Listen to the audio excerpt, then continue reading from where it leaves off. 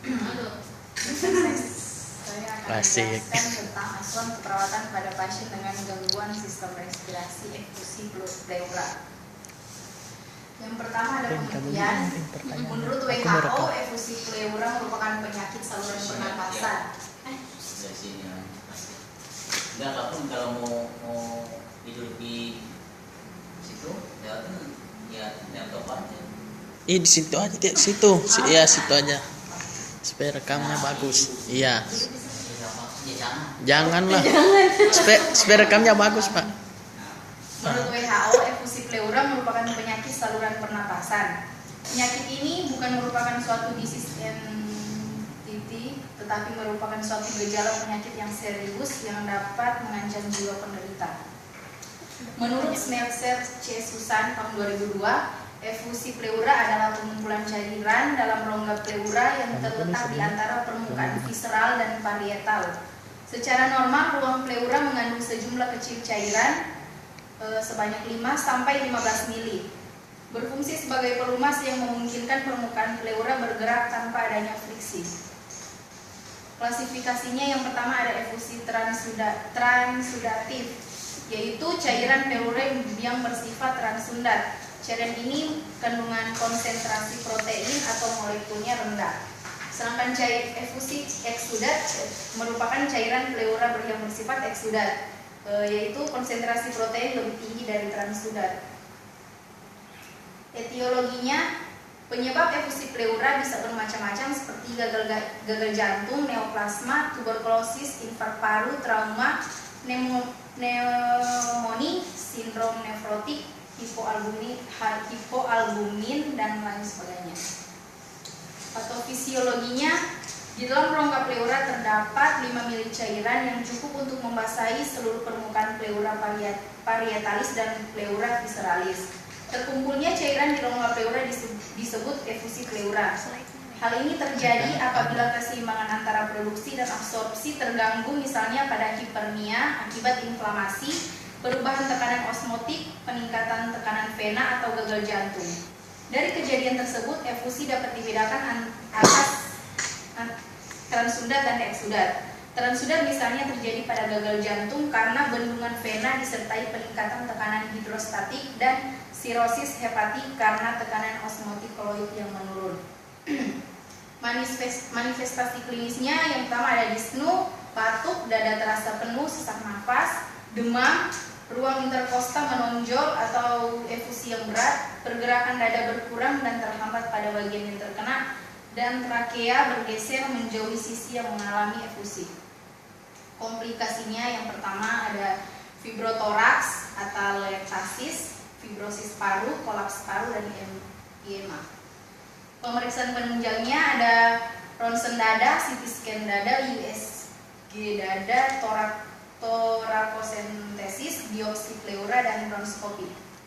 Penata laksananya, torasentesis dilakukan untuk membuang cairan, untuk mendapatkan spesimen guna keperluan analisis, dan untuk menghilangkan dyspnea.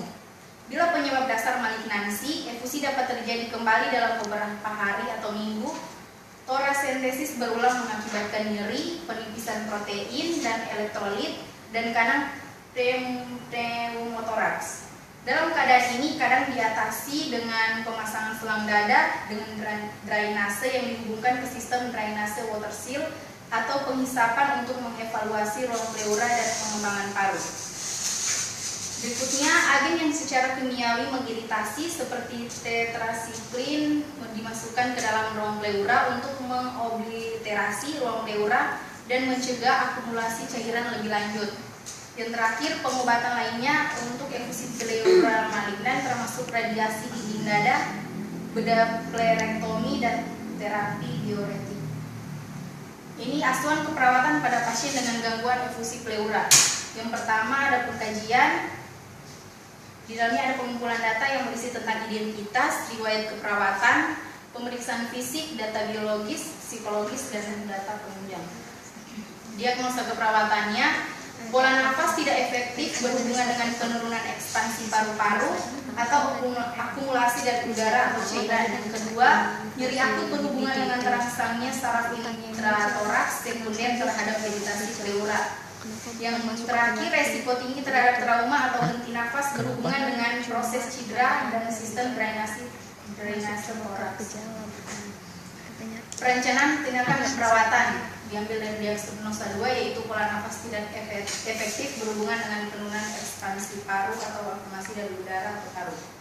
Tujuannya, setelah dilakukan intervensi selama 3 kali 24 jam, diharapkan pasien menunjukkan pola nafas efektif dengan kriteria hasil. Yang pertama, pasien menunjukkan tidak adanya gangguan status pernafasan. Yang kedua, pernafasan pasien menunjukkan kecepatan dan irama pernafasan dalam batas normal. Dan yang ketiga, tidak ada pernafasan kuping hidung. Intervensinya yang mandiri, yang pertama, identifikasi etiologi atau faktor pencetus, contoh kolaps spontan, trauma, keganasan, infeksi, komplikasi, ventilasi mekanik. Yang kedua, evaluasi fungsi pernafasan, catat kecepatan atau pernafasan, serak, disnu, dan perubahan tanda-tanda vital. Yang ketiga, ajarkan pasien napas dalam. Dan yang keempat, latih individu bernafas berlahan dan efektif. Kolaborasinya, yang pertama, berikan oksigen tambahan melalui kanula atau masker sesuai indikasi. Yang kedua, konsultasi ahli terapi pengobatan dan dokter jika terjadi gagal bernafas dalam proses pengobatan. Rasionalnya, yang pertama, pemahaman penyebab kolaps paru perlu untuk pemasangan selang dada yang tepat dan memilih tindakan terapeutik. Yang kedua, distres pernapasan dan perubahan pada tanda-tanda vital dapat terjadi sebagai akibat stres fisiologis, dan nyeri dapat menunjukkan terjadinya shock sehubungan dengan hipoksia atau pendarahan. Yang ketiga, mengoptimalkan fungsi paru sesuai dengan kemampuan aktivitas individu. Berikutnya, meningkatkan inspirasi maksimal, meningkatkan ekspansi paru dan ventilasi pada sisi yang tidak sakit. Berikutnya, alat dalam menurunkan kerja nafas, meningkatkan penghilangan distres, respirasi, dan sianosis sehubungan dengan hipoksemi. Dan yang terakhir, ahli terapi pernapasan adalah spesialis dalam perawatan pernapasan dan biasanya dilakukan sesuai dengan hasil pemeriksaan fungsi paru dan fasilitas pengobatan yang ada. Implementasi keperawatan merupakan tahap pelaksanaan setelah rencana tindakan keperawatan yang disusun untuk membantu klien mencapai tujuan yang diharapkan. Implementasi keperawatan disesuaikan dengan rencana tindakan keperawatan yang dibuat. Evaluasi keperawatannya, pasien menunjukkan tidak adanya gangguan status pernapasan.